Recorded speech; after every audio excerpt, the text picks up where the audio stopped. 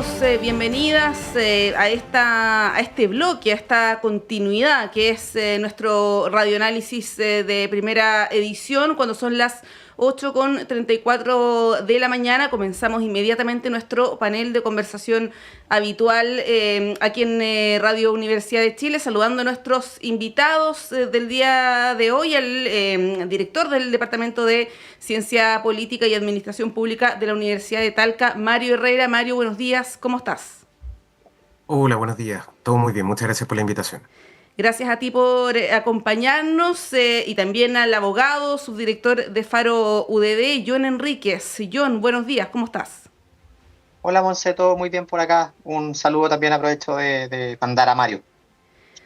Gracias, John. Mario, bueno, el tema de las primarias lo vamos a dejar para más ratito. Hoy día se estrena La Franja, así que va a dar ahí algo que comentar, más allá que ha habido algunos adelantos, ya lo vamos a conversar, pero quería partir con algo que ocurrió ayer en el Senado.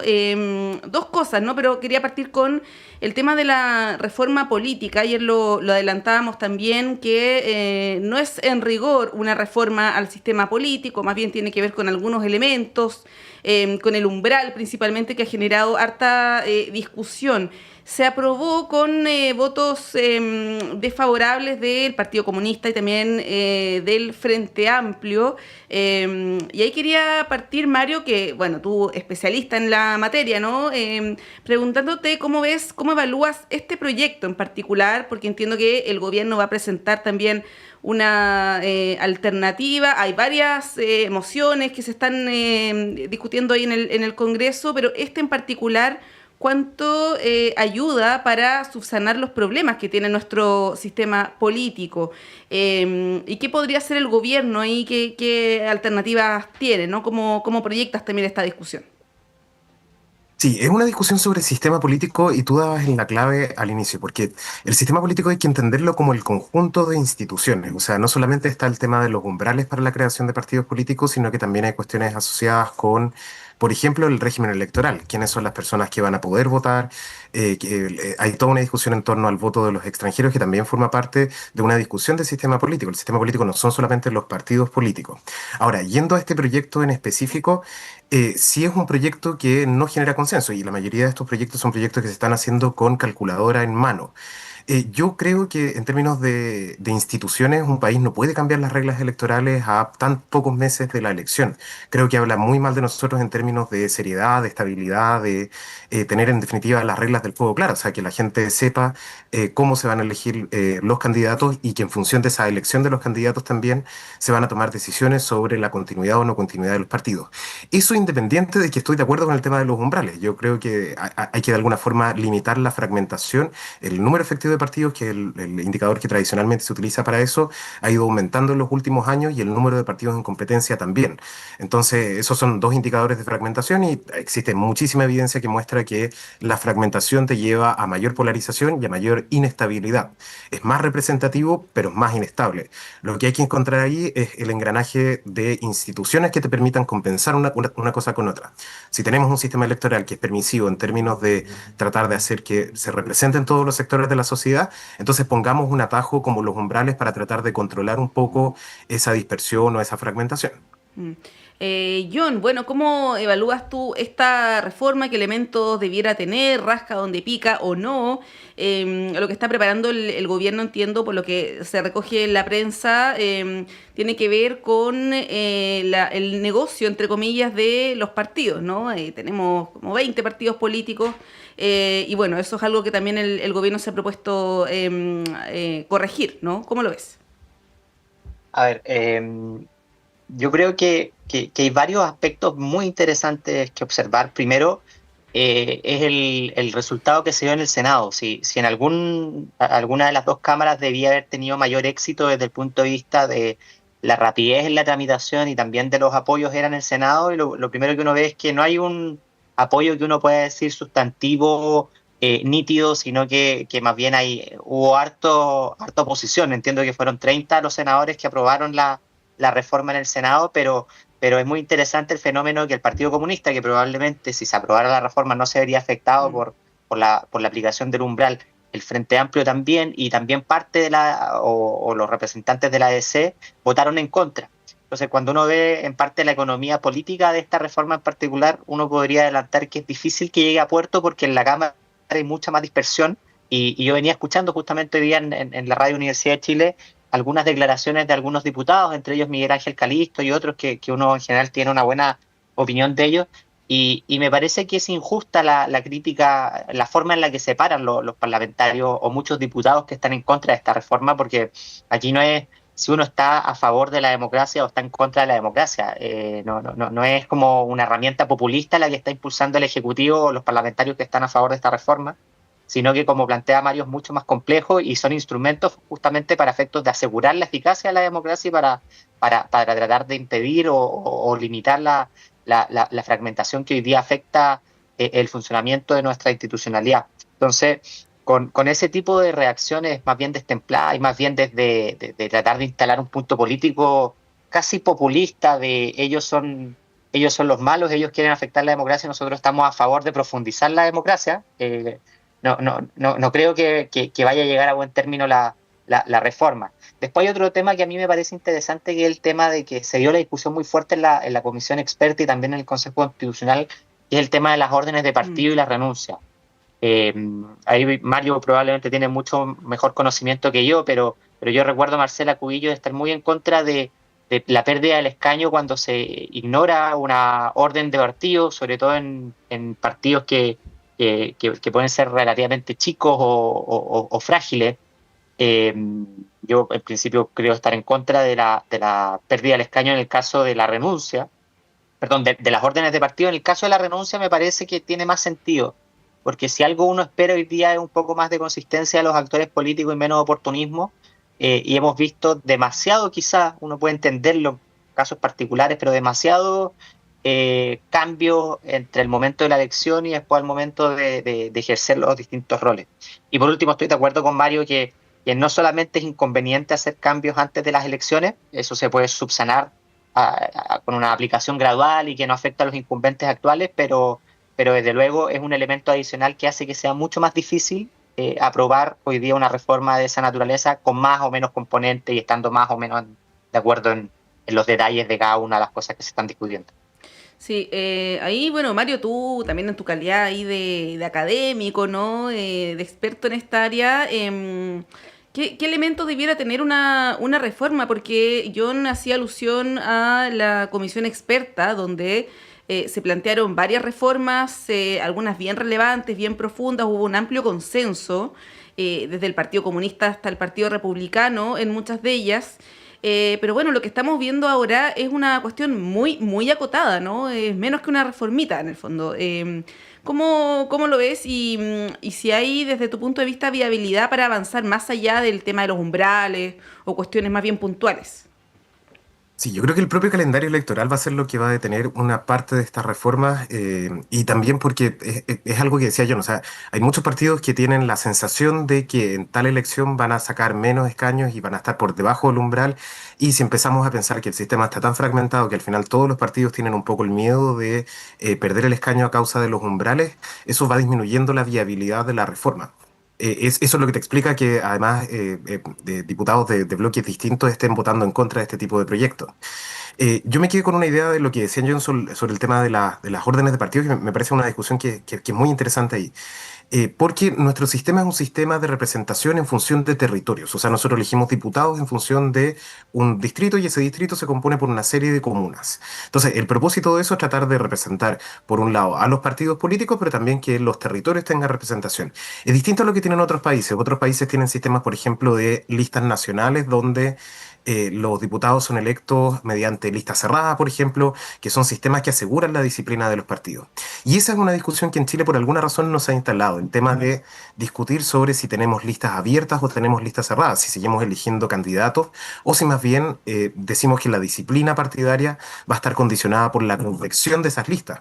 En ese tipo de sistemas lo que manda es el partido político porque es el que decide en qué posición del voto te pone. Si te pone al final, definitivamente tienes muchas menos chances de resultar electo que si te pone al principio porque que el primer escaño que caiga va a caer para ese. Entonces, lo que quiero dar a entender con esto es que cuando uno reforma algo tan chiquitito como los umbrales o como las órdenes partidarias dentro del sistema político, eso va generando cambios casi en una especie de dominó frente a otro tipo de instituciones que forman parte del sistema político. Prueba de ello es la discusión que tuvimos sobre el voto voluntario y el voto obligatorio. El voto voluntario y el voto obligatorio significó un cambio significativo no solamente en el régimen electoral, en quienes votaban, sino que también en la composición del electorado, en la forma en que los políticos hicieron campaña, etcétera. Entonces, yo no vería lo del umbral como algo tan chico, sino que es una reforma chica en términos de lo que cambia, por supuesto que sí, pero tiene efectos que son efectos más de largo plazo, crea problemas de representación y crea otra serie de cuestiones. Yo soy más de la idea de pensar en modelos distintos que en hacer estas reformas que son reformas más bien pequeñas y de cara a una elección. Sí, ahí Mario me diste el pase gol, o bueno, mejor no voy a hablar de goles, pero me diste el pase para el tema que también se discutió ayer sobre las multas para los votos, ¿no? Para el voto, que en la práctica, que sabemos que es obligatorio, pero que en la práctica puede también tener características de voluntario porque son unas multas muy bajitas, muy exiguas, ¿no? Y bueno, se aumentó el tema de las multas, con lo que el gobierno decidió hacer reserva de constitucionalidad, argumentando que esto no pasó por la Comisión de Hacienda, que roga gasto fiscal.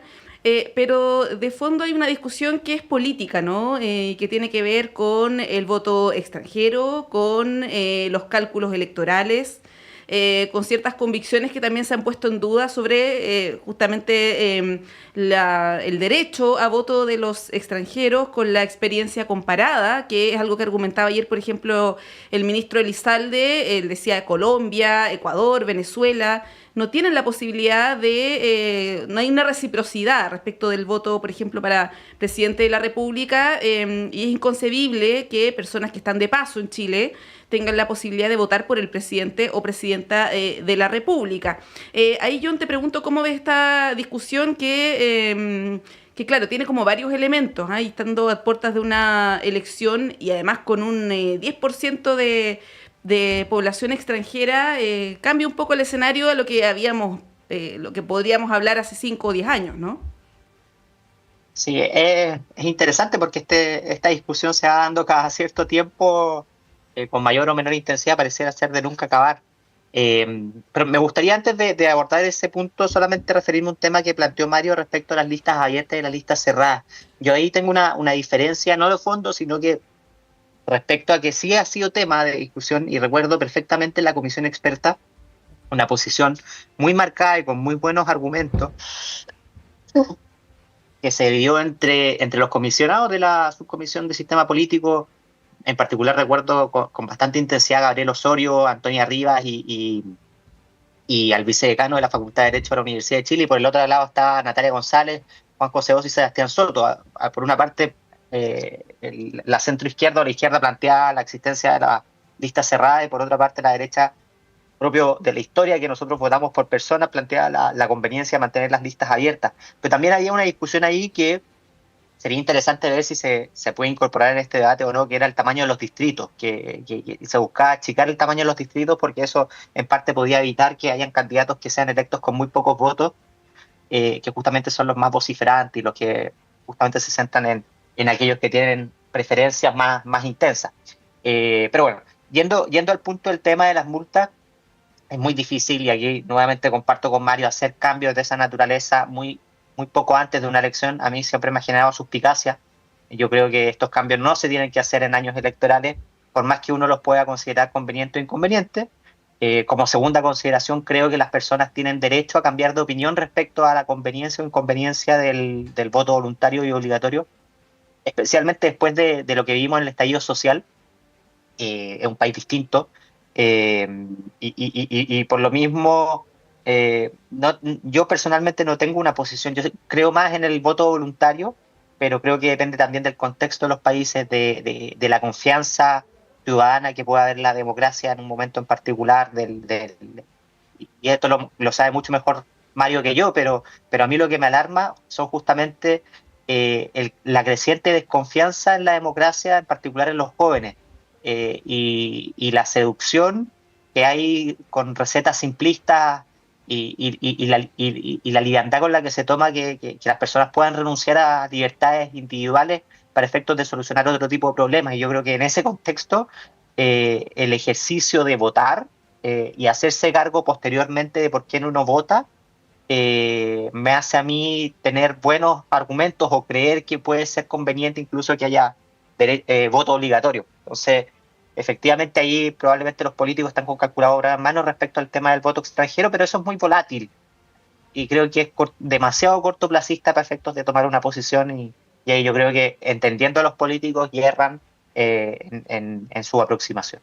Sí, Mario, bueno, está la discusión sobre voto obligatorio y voto voluntario que está zanjada, o sea, es muy difícil que en el corto plazo se vuelva al voto voluntario, fue una reforma que lleva poquitos años, pero claro, que en la práctica, claro, no se corresponde con el espíritu quizás de la norma con estas multas tan bajas. Y bueno, y está la discusión sobre el voto extranjero, que está ligada de alguna manera con esto, ¿no? ¿Cómo ves ambas discusiones? Yo solamente decir en el caso del voto obligatorio versus el voto voluntario, que si bien no se ve en el horizonte una reforma a este sistema, sí plantear y sumando a lo que dice John, que las condiciones de los países van cambiando también, ¿no? Va cambiando la manera como la gente se informa, por ejemplo, muchos de ellos a través de redes sociales, muchos toman decisiones de manera desinformada y no al revés, por lo tanto hay varios elementos para argumentar a favor o en contra de ambas opciones, ¿no? Eso quería señalar. Mario. Sí, mira, yo te diría por regla general de que cuando un país tiene voto obligatorio con sanciones bajas, ese voto obligatorio termina siendo una especie de voto voluntario, porque la gente le pierde el miedo a no ir a votar, total es una sanción que en algunos casos, en algunos países, por ejemplo, tienen sanción puesta en la legislación, pero es una sanción que no se aplica en la realidad. Eh, en la última elección, eso sí, observamos un fenómeno que era bien extraño, o sea, era explicable pero extraño, en el sentido de que no, a pesar de que se bajó la multa, no bajó la participación electoral, no bajó Mm. en la medida en que se esperaba al tener una sanción tan baja, sí bajó en los estratos socioeconómicos más altos. De alguna forma, la gente de mayores recursos pensó que era una multa más baja, por lo tanto era una multa pagable, y en esos casos sí aumentó un poco la abstención. Lo que está aumentando de manera creciente son los votos nulos y blancos, sobre todo en elecciones que son elecciones con sistemas proporcionales. La elección de cores, la elección de concejales, en este caso podría ser eventualmente la elección de diputados también, donde al parecer cuando hay como una especie de sobreoferta electoral, esa abstención ahora se va hacia voto nulo o voto blanco. Y ese reflejo de la desigualdad que tenía el voto voluntario se transforma en desigualdad en voto nulo y voto blanco, en voto inválido. Eh, de todas formas, yo por lo menos yo soy partidario del voto obligatorio, creo que el voto voluntario es un reflejo de las desigualdades, creo que lo acentúa y lo demuestra y tuvimos 10 años de experiencia en eso. Ahora, hay que pensar también en un voto obligatorio con sanciones y qué tipo de sanciones y si esas sanciones se hacen efectivas o no, porque si no en el largo plazo lo que va a ir pasando es que la gente le va a perder, por así decir, el miedo a no ir a votar. Y ese voto inválido va a transformarse de nuevo en abstención. Ahora, sobre el tema del voto de los extranjeros, eh, Chile es una excepción y eso es un dato de la causa. Son 5 países en el mundo que le entregan derecho a voto de los migrantes en todas las elecciones. Yo no considero que sea para un migrante que está de paso porque se le pone un requisito de 5 años y más bien me da la impresión de que la discusión en este momento en el Congreso está en cambiar los requisitos más que en restringir el voto. Hay un proyecto para restringir el voto ahora en las presidenciales, pero también hay una discusión con respecto a los años de residencia y si es la residencia o la nacionalidad lo que se considera. Entonces, yo tendería a pensar de que la discusión tiene que avanzar más en esa línea que en la otra línea, que es esta línea de limitar la cantidad de elecciones. ¿Y por qué? Porque en general los países que avanzan en que sus ciudadanos tengan o las personas que votan tengan derechos políticos, avanzan también en derechos sociales, avanzan también en derechos económicos, etcétera, porque tiene un legislador que está preocupado por su distrito. Fíjate que nosotros hicimos un análisis de los oficios que presentan los diputados y en el último periodo el 18% de los oficios que presentan los diputados son oficios vinculados con temáticas de migrantes. O sea, son diputados que están preocupados de lo que le suceda a los migrantes y de los efectos que tiene la migración. Hay diputados que tienen un comportamiento muy interesante que, por un lado, tienen oficios que presentan que están relacionados con ayudas hacia migrantes. Necesito ayuda para la señora no sé cuánto, que necesita obtener la nacionalidad, la ciudadanía, etcétera. Y por otro lado, cuestiones asociadas con protección de frontera. Entonces tienes como este discurso un poco contradictorio consigo mismo, en los cuales piden apoyo de migrantes, pero también piden restricciones para migrantes. Entonces, bueno, toda esa discusión se da precisamente porque los migrantes pueden votar. Y en ese sentido, yo por lo menos consideraría que el hecho de que seamos una excepción no significa necesariamente algo malo, significa que más bien estamos, por así decirlo, más avanzados en términos de legislación en comparación con otros países. Sí, yo no sé si quieres agregar algo respecto de esto, porque el punto que hace Mario es relevante, ¿ah? Lo de los temas, las mociones, incluso que tienen que ver con migrantes por parte de los parlamentarios, son un porcentaje relevante de la población chilena, nos guste o no. Estoy hablando de migrantes que ya están asentados, que están regularizados y que también necesitan un grado de representación, ¿no? ¿Cómo lo ves tú? Y claro, la discusión si votar en elecciones locales, regionales o presidenciales está abierta, ¿no? ¿Cómo lo ves? A ver, todo lo que dijo Mario en el último punto me pareció tremendamente interesante, sobre todo el análisis de los oficios. Me gustaría revisarlo justamente para confirmar mis prejuicios de quiénes son los que presentan oficios pro migrantes y quiénes son los que están más enfocados justamente en temas de seguridad, que uno podría intuir hacia dónde va. Eh, yo creo que los políticos son, al igual que todas las personas, responden a los incentivos. Y en la medida que vean que las encuestas, justamente el tema de la seguridad, el tema de la migración o el tema del crecimiento sigan punteando, probablemente van a centrar sus estrategias electorales y también sus definiciones de política pública en esa línea. Entonces, eh, yo creo que más allá de la discusión de si va a aumentar o va a disminuir el tema de la sanción por no ir a votar, que yo creo que obviamente tiene que haber una sanción en caso de no votar y que tiene que ser adecuada para efectos de que cumpla su objeto disuasivo, no creo que vayan a haber mayores cambios desde el punto de vista de política pública. Lo que sí probablemente es que suba la temperatura respecto a la aproximación en las campañas a la nueva composición del país. Y eso a mí me parece siempre muy delicado porque hay un justo equilibrio entre protección de los derechos humanos de todas las personas y también en parte de cuáles son las prioridades ciudadanas y las limitaciones de recursos que tienen países como el nuestro, que es un país que todavía es un país de ingreso medio y que por lo tanto tiene que priorizar.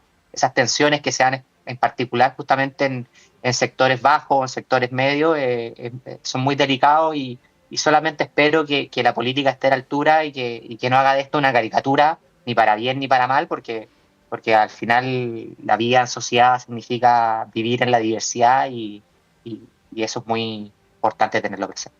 Sí, Mario, es interesante saber, yo no sé si existe algún dato o antecedente sobre cómo votan los migrantes. Yo creo que es difícil quizás tener esa información porque hay una percepción, sobre todo en el mundo de la izquierda, de que el migrante vota más por la derecha, ¿no? Y por ahí también está esto de querer restringir esa votación. Más allá que se hable de ciertas convicciones, también está el cálculo detrás, eso es evidente.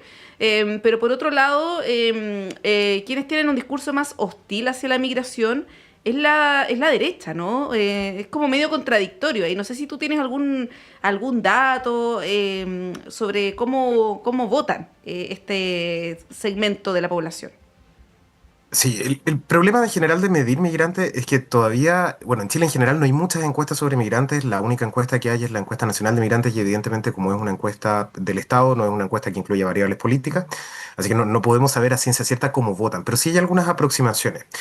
Por ejemplo, nosotros tenemos el dato de militancia y de migrantes y participación. Entonces sabemos que, por ejemplo, los migrantes que tienden a militar más por partidos de izquierda que por partidos de derecha, pero los que militan en partidos de derecha tienden a participar más que los que militan en partidos de izquierda. O sea, es más intensa la participación o es más intenso el involucramiento con la política chilena en el caso de los militantes de derecha que en los de izquierda, aunque los de izquierda son mayoritarios. Ahora, estas son tendencias que en el corto plazo van a ir cambiando, porque hay un cambio también en la composición del padrón migrante. Están entrando más venezolanos. Hace 10 años atrás los dos principales grupos eran peruanos, argentinos, y ahora son peruanos, argentinos y además los venezolanos, que están creciendo con mucha fuerza y que además en las comunas en las cuales se van insertando, y eso sí es un dato que te puedo dar, en las comunas en las cuales se van insertando va cambiando también la participación y va cambiando también la intención de voto. Ahora, ¿cuánto de eso es efecto de una política contingente de una determinada elección? Ese efecto es muy difícil de aislarlo si uno no tiene acceso a encuestas o acceso a este tipo de cuestiones. Con las encuestas nacionales no se puede trabajar porque el N de migrantes sigue siendo todavía muy pequeño como para poder hacer una estimación que sea una estimación confiable. Pero sí, existe ese pálpito, y existe ese pálpito sobre todo de que los migrantes de reciente ingreso son migrantes que votarían más por la derecha que por la izquierda. Sin embargo, hay que tener en consideración que a pesar de que en Chile el requisito es bajo, es un requisito de 5 años. O sea, todavía no están las últimas olas migrantes capturadas dentro del padrón electoral. Yo te diría que recién para el próximo proceso ya van a estar casi 100% incorporados. El próximo proceso lo vamos a tener ahora vamos a tener por fin 2 años sin elecciones, lo vamos a tener después de 2 años. Entonces, probablemente ahí realmente podemos medir el efecto de los migrantes. Lo que sí, hay un tema también de distribución territorial. Hay algunas comunas, pensando en que este año también tenemos la elección de diputados, donde el tema migratorio va a ser particularmente relevante. Comunas como Santiago, Estación Central, Independencia, el padrón electoral está entre el 20 y el 30% de población migrante. Ellos van a decidir algunas diputaciones, van a decidir, así como lo hicieron también en la elección municipal del año pasado. Y probablemente tengan algún efecto en términos de la elección presidencial, pero hay que tener en consideración, y con esto termino, de que los migrantes que llevaban más tiempo en Chile, los migrantes argentinos, los migrantes peruanos, suelen votar menos que los chilenos, no así los venezolanos, que tienen una participación más similar a la de los chilenos. Interesante esa información ahí, Mario. Bueno, tenemos que ir a la pausa y a la vuelta les propongo que analicemos lo que está pasando con la elección presidencial. Digo presidencial para englobar también el caso de la centro derecha o de las derechas. Hay una incorporación reciente a la campaña de José Antonio Kast por parte de Rodolfo Carter. Ahí podemos ver qué relevancia tiene o no, y como adelantábamos, hoy comienza la franja. Hay algunos adelantos que han salido, se han ido difundiendo en redes sociales. No sé si los han podido ver, si no, quizás ahí podrían aprovechar la pausa para mirarlo, y los comentamos a la vuelta. Son las 9:01, hacemos un breve corte y a la vuelta vamos con este y otros temas.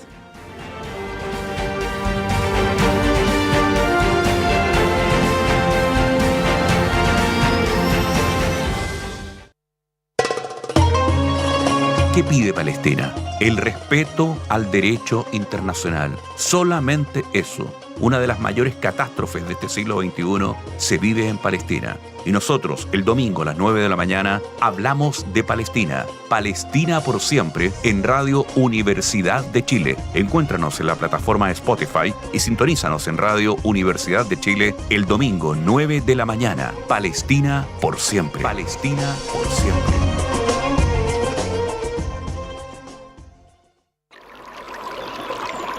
Aguas Trayén o Cascada en Mapudungún es la mejor agua purificada con tecnología de última generación. Para más información, visite su página web www.aguastrayen.com.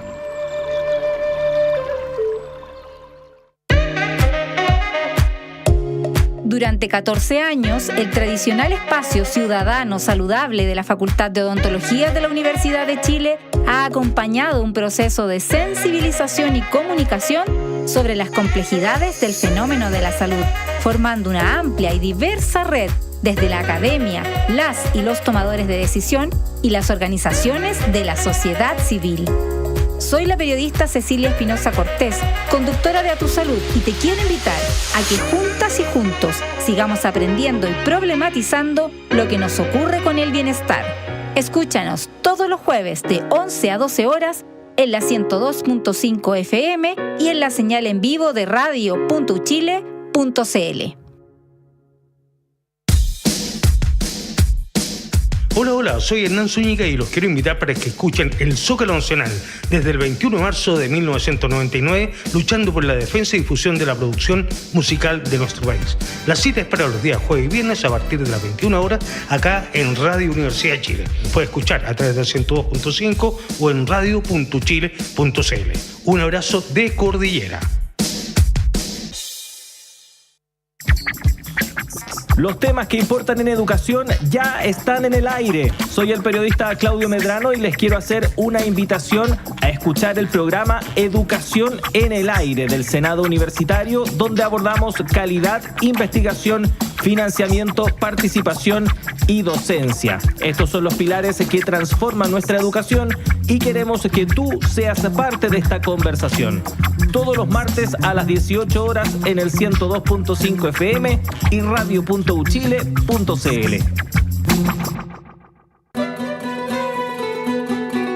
Radio Universidad de Chile, 102.5 en la banda de frecuencia modulada, te invita a escuchar Caleidoscopio de la Salud, del Departamento de Enfermería de la Universidad de Chile, un programa que respeta la autonomía y apoya la decisión informada de las personas frente al cuidado de su salud y la de otros. 110 años a la vanguardia de los ciudadanos en la salud del país. Caleidoscopio de la Salud, todos los sábados a las 12 horas.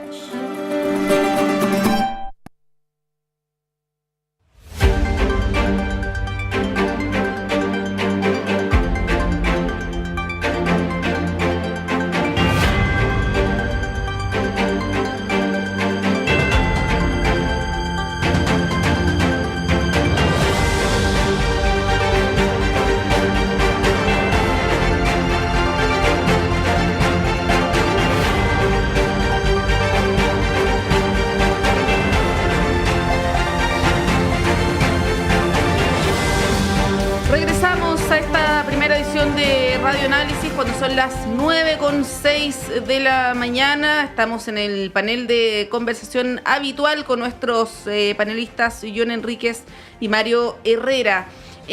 John, Mario, bueno, yo les había dejado planteado el tema antes de la pausa de la elección presidencial, las primarias particularmente, que inician esta nueva etapa con la franja, la tan esperada franja.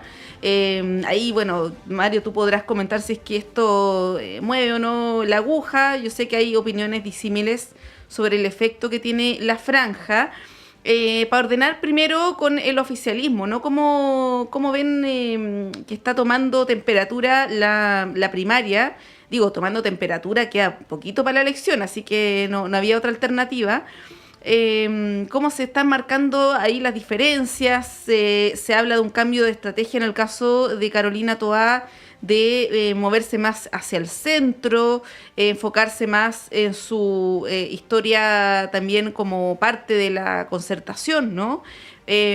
¿Cómo ves, John, eso? O sea, Mario, perdón, primero eso y el tema de la franja, no sé, ahí qué comentario podríamos hacer, Mario. Sí, de nuevo, por regla general, los debates y las franjas en general no mueven la opinión pública, sino que lo que hacen es más bien confirmar una posición.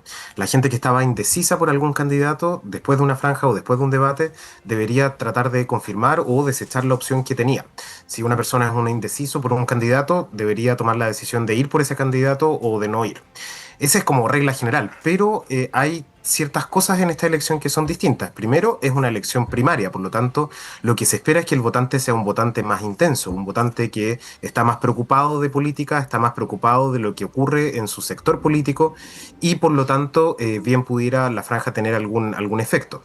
Lo que sí estamos viendo y que me parece muy interesante es que esta elección primaria se va a jugar en términos de, no solamente de quién resulta electo, que parece ser una primaria competitiva, sino que también en términos de participación electoral, de cuánta gente es capaz del oficialismo de llevar a votar, de llevar a este proceso electoral.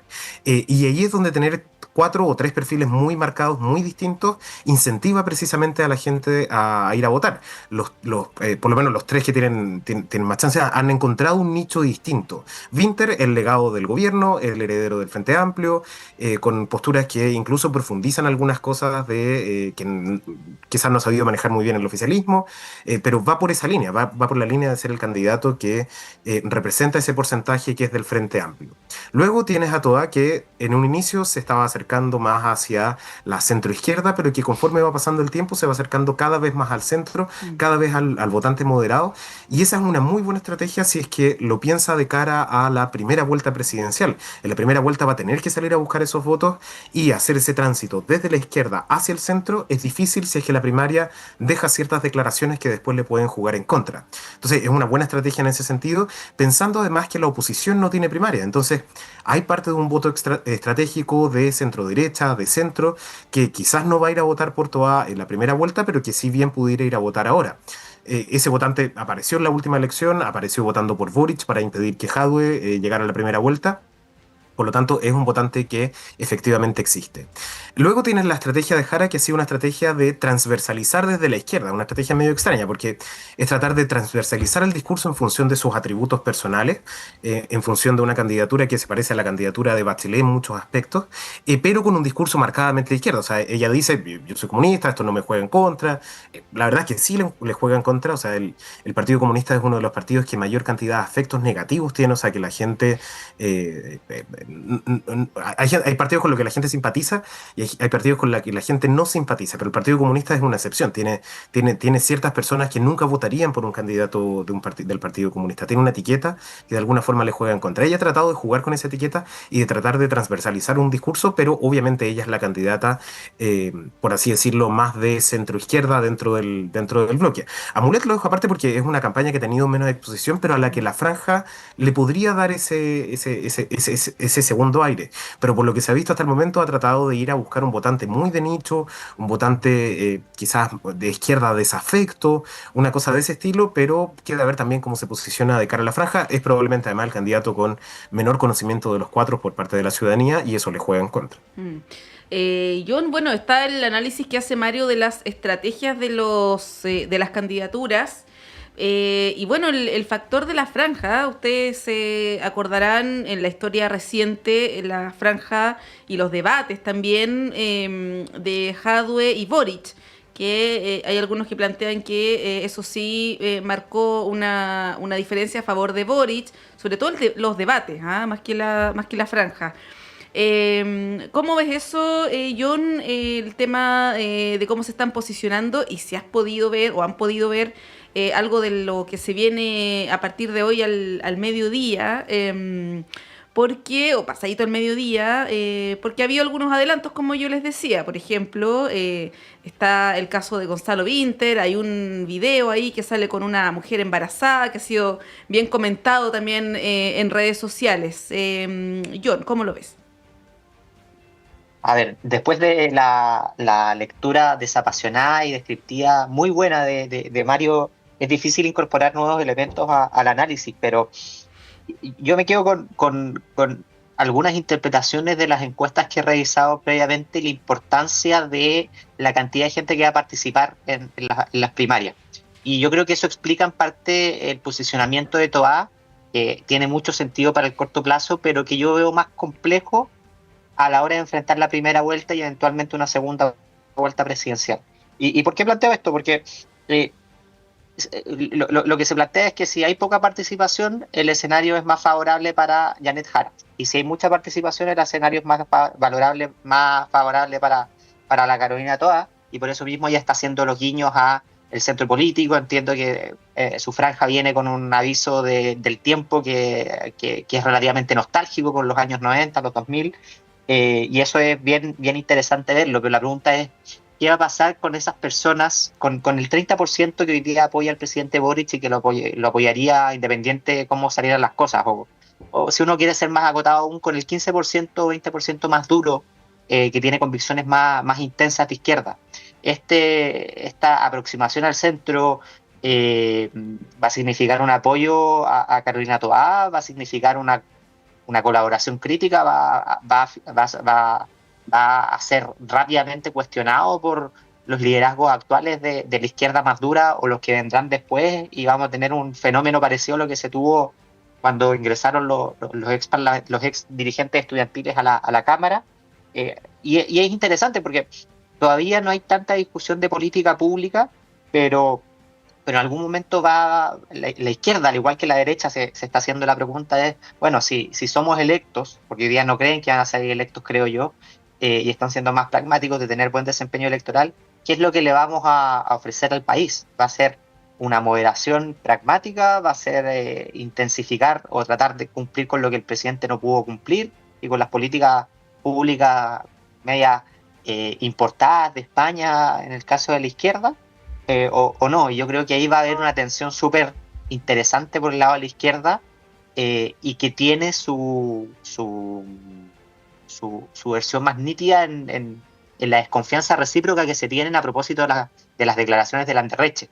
Yo creo que hay una parte importante en la izquierda, o sea, en la centroizquierda o en el centro político, que en su foro interno cuestiona de forma muy relevante lo que hizo el Frente Amplio y el Partido Comunista, validando de forma implícita o a veces también explícita las horas más oscuras y las cosas que uno no quiere que ocurran y que pasaron en el estallido social. Entonces yo creo que ahí va a haber cosas interesantes que observar. Sí, bueno, ahí a Paulina Bodanovich lo comentábamos los días previos, se le salió del alma esta frase de que desde el Frente Amplio tienen un doble discurso respecto de la violencia, y ahí lo que dice John cobra sentido respecto de que es una sensación más bien generalizada o que no acotada solamente a figuras como Landerreche, sino que a otras también dentro del mundo del socialismo democrático. Mario, bueno, comentario respecto de eso, y te traspaso también el tema sobre lo que está pasando en la oposición. Yo mencionaba el apoyo de Carter, no sé si tú consideras que eso es relevante. ¿Cómo ves ahí también que está tomando fuerza la candidatura de Kast versus la de Matei? Sí, mira, yo partiría esa parte del análisis, o sea, lo de la oposición, mencionando que en este momento no es que, a ver, Matei ha bajado la encuesta, ese es un dato objetivo, porque ha reducido su intención de voto en la pregunta de voto espontáneo. Pero yo tendría mucho cuidado con hacer todavía predicciones en términos electorales, primero porque estamos con la pregunta de votante espontáneo, o sea, todavía la gente no le preguntan en función de una cartilla, sino que le preguntan en función de por quién votaría el próximo domingo, porque todavía no se hacen todas las preguntas que se tienen que hacer. Normalmente se pregunta por quién votaría, quién cree y quién le gustaría, y de esas tres preguntas siempre la de quién cree es la que mejor predice la elección, curiosamente más que la de intención de voto. De alguna forma la gente tiene una expectativa que se transforma después en intención de voto, y eso te da mejores luces de quién va a ganar. Y en términos reales están en empate técnico Kast con Matei, y están en empate técnico Toá con Jara más abajo. Lo que sí es cierto en este momento es que los dos principales candidatos son candidatos de centro derecha y de derecha. Y allí va a ser muy relevante el rol que va a jugar Kaiser dentro de la oposición. Kaiser ya no se bajó cuando tenía el porcentaje más alto en las encuestas que le hubiese servido para poder negociar una senatorial con Kast o para poder negociar algún tipo de elección. ¿Cuál es el problema que tiene en este momento? Que a Kast le sirve la existencia de Kaiser, le sirve que Kaiser está al lado. ¿Y por qué le sirve que Kaiser está al lado? Porque de alguna forma lo empuja hacia la derecha y hacia el centro. No lo tira hacia el extremo, siempre va a haber una posición más extrema que la de él. Y una de las cosas inteligentes que ha tenido la campaña de Kast en las últimas semanas es lograr todas las semanas posicionar un tema, y posicionar un tema relativamente neutral. En un escenario con 8 candidatos es muy difícil, o sea, es realmente la aspiración que tienen casi todas las candidaturas, tratar de posicionar un tema semanal. Entonces, queda ver, yo creo que va a ser muy clave la medición de esta semana. En algún momento dijimos que esta carrera iba a ser una carrera presidencial como por escalones. Entonces estamos pasando el siguiente escalón de cambio, en el cual vamos a ver si es que hay un cambio significativo en la conducta del electorado, o si ese es un cambio más bien temporal de una medición. Si en la medición del próximo domingo Kast aparece arriba de las encuestas de Matei, entonces sí estamos hablando de un cambio de tendencias, pero que en este momento lo que estaría haciendo es que los dos candidatos candidatos de derecha y de centro derecha pudieran ganar incluso en primera vuelta, pero ese es un escenario que todavía es muy real, con un 30% de indeciso, con una pregunta que todavía no mide lo que tiene que medir.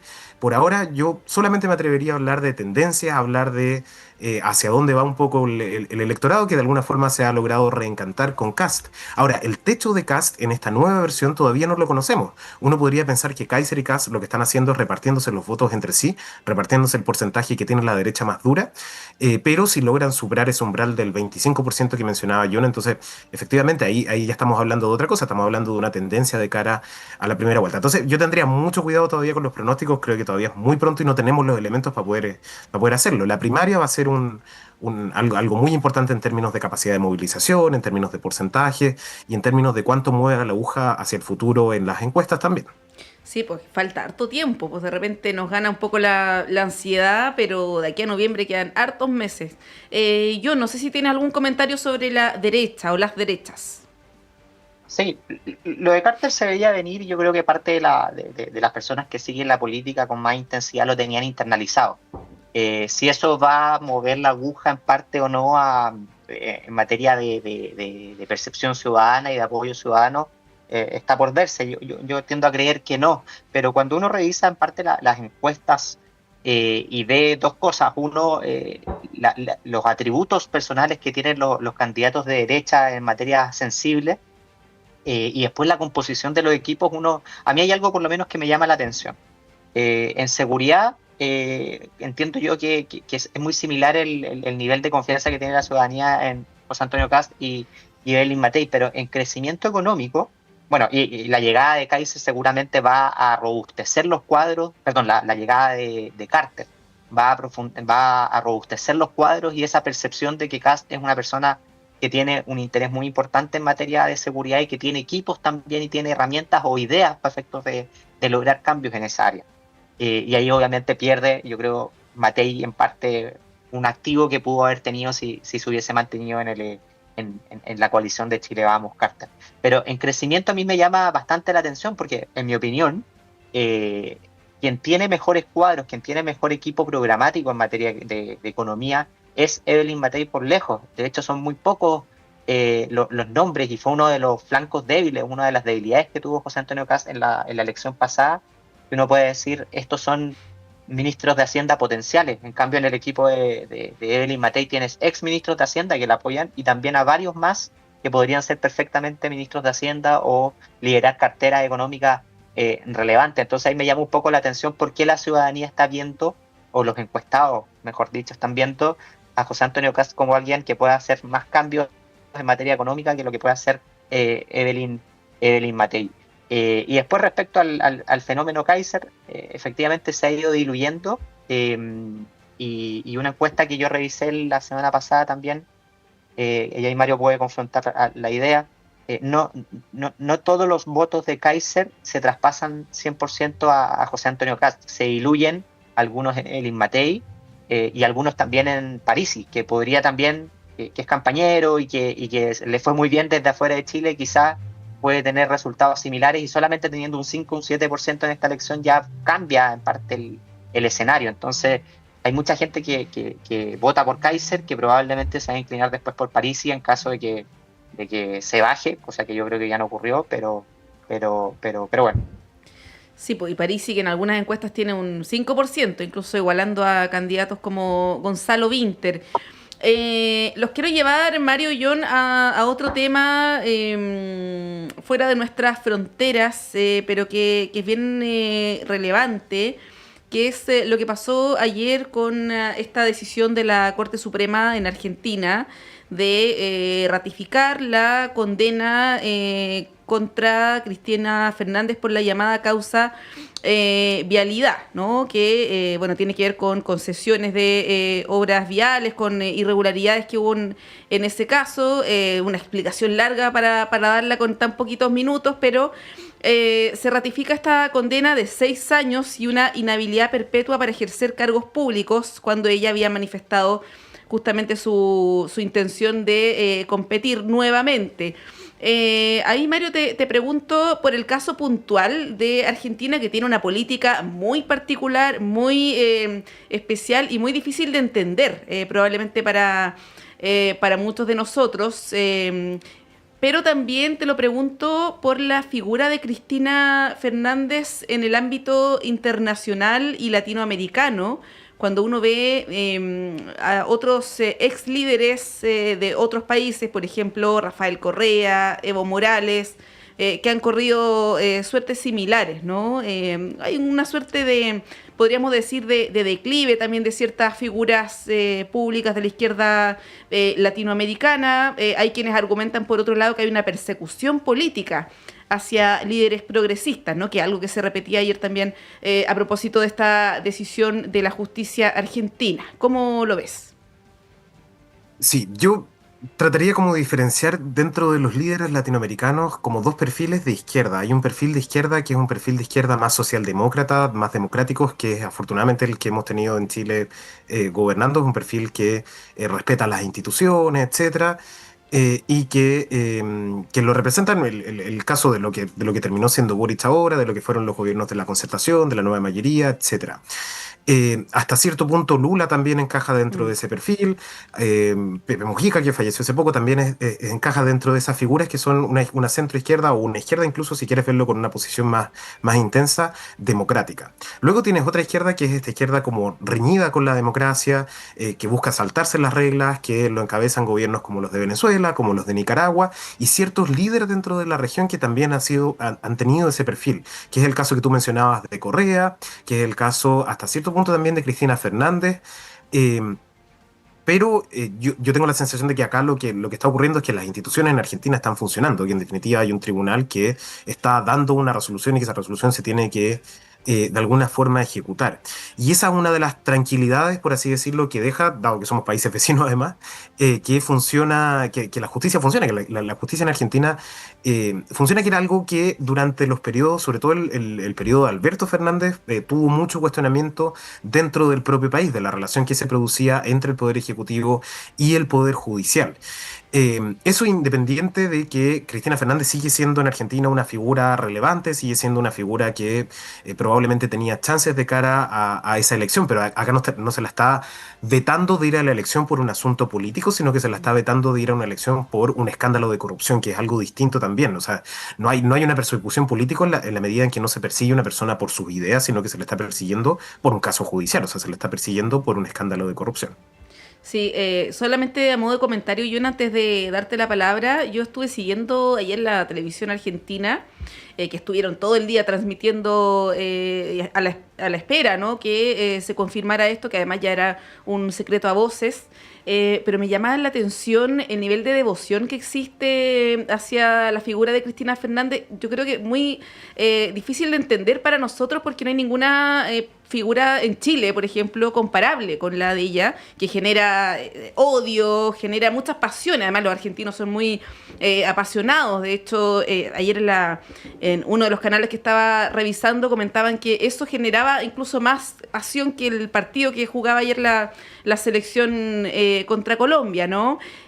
Solamente a modo de comentario, porque es difícil entender la política y la idiosincrasia argentina para este tipo de cosas. John, te doy la palabra. Es bien impresionante. Yo también lo seguí en YouTube, los cánticos de fútbol adaptados a la política, los gritos, de hecho, apasionados de las personas con cada declaración de Cristina, es una cuestión bien impresionante. Pero aquí, y a propósito de lo que dijo, hay varias cosas de lo que dice que me llaman la atención, que probablemente son de manual, pero yo no soy experto, en cómo líderes populistas reaccionan a sentencias judiciales de países donde hay Estado de Derecho, que es hablar de cepo al voto popular. Ella también habló del partido judicial. Una cosa que me llamó la atención, dijo que aquí no era responsabilidad de la oposición, sino que era responsabilidad del poder económico concentrado. O sea, aquí hay una cuestión de la oligarquía versus las reformas que ella impulsó, que ella considera adecuadas, como una gestión crítica o un juicio crítico de mérito a las políticas públicas que implementó durante sus dos gobiernos. Después, otra cosa que me llamó la atención es una suerte de vaticinio del gobierno de Milei, que, y cito textual, habló de cuando esto se desplome. Y a mí eso me parece muy, muy, muy delicado, o sea, diciendo como que alguien va a volver en su lugar si no es ella, el peronismo no muere, una lógica grandilocuente con mirada histórica que muchas veces en Chile no se tiene, aquí ya como que se siente parte de, sabiéndose importante en la historia de Argentina, se siente parte de algo mayor, y después también hablaba de que aquí hay una suerte de persecución contra los dirigentes políticos que gobiernan para el pueblo. De nuevo, la antítesis tradicional de está con el pueblo, está contra el pueblo. Y aquí, ya concluyendo, lo que me parece que hay que tener claro y no perderse, que aquí ya no son supuestos hechos de corrupción, lo dijo Mario, aquí hay una verdad judicial, hay una sentencia de la Corte Suprema, que es el punto final de dos tribunales previos que acreditaron justamente las imputaciones que tenía la Fiscalía allá. Entonces no es un tribunal unipersonal ni uno solo, sino que son varios tribunales los que concluyeron que aquí estábamos en presencia de actos delictivos y por lo mismo tomaron las decisiones que tomaron. Y por unanimidad. Y por unanimidad. Y como reflexión es bien interesante que en una cultura argentina donde siempre decíamos que era una cultura bien estatista, donde el peronismo había permeado todos los ámbitos de la sociedad, interesante que primero que haya ganado Milei, eso es muy interesante, pero que no haya recambio en el peronismo. Esto es un golpe muy duro para el Partido Justicialista. Después de los Kirchner pareciera que no hay nadie que pueda conducir en parte a este peronismo y la interrogante que queda es qué es lo que viene ahora justamente para la articulación de esta izquierda que fue tan influyente en Argentina durante tanto tiempo. Claro, qué es lo que viene ahora es la gran pregunta. Ayer hubo manifestaciones bien masivas, cortes de calle, barricadas, en fin.